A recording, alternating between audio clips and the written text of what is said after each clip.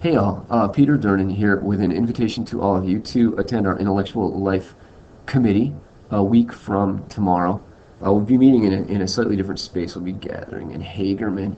Unfortunately, a couple of our trustees won't be able to make it.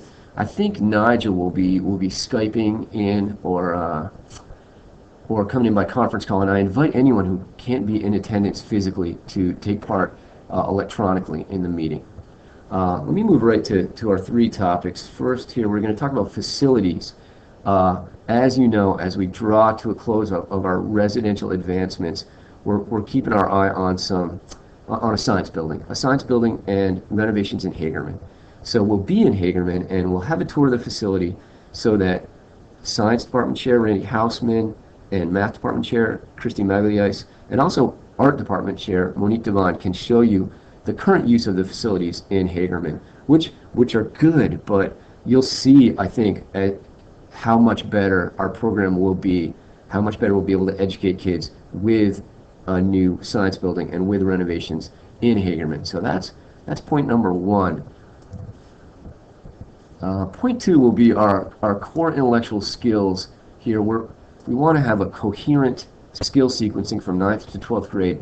And the fact that next year all of our students will be all of our seniors will take part in senior honors thesis for the first time ever is allowing us this year to codify these skills and make sense of them. And we'll be using some professional development time to do this. Let me show you a document written by Steve Solberg. These 6 skills here are the skills central to senior honors thesis currently and have been for a couple of years.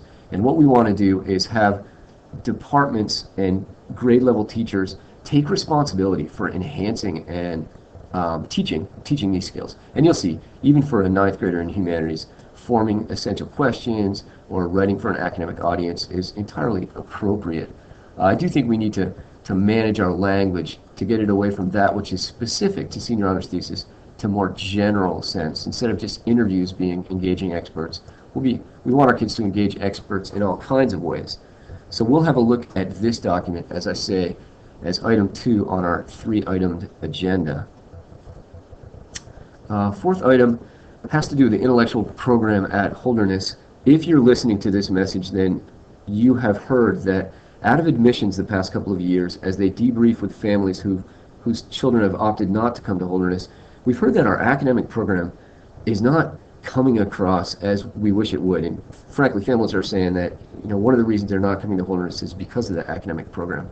I'd like to think that our academic program is excellent, but we need to do a better job of conveying that message to the greater Holderness community and people interested in Holderness.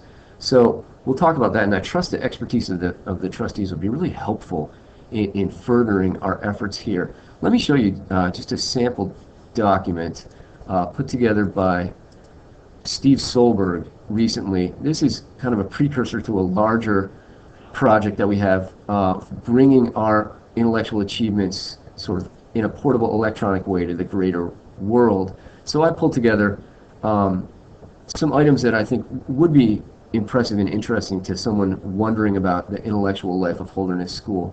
So we celebrate a lot of student achievement. Essays kids write in their AP English classes under the This I Believe mantle. Kids work in research methods that have won them accolades for National History Day and even brought them to Washington, D.C. I think you all know Poetry Out Loud is a showpiece for student achievement.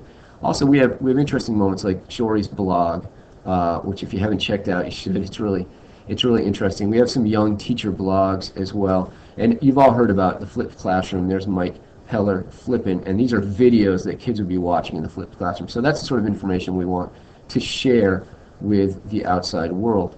So that's what I've got. I look forward to seeing you a week from tomorrow. And please consider this a draft agenda. And if you have any additions or changes or suggestions, get them to me or Jory or Nigel, and we can perhaps make this an even better agenda. All right, thanks for listening to this, and see you in a week.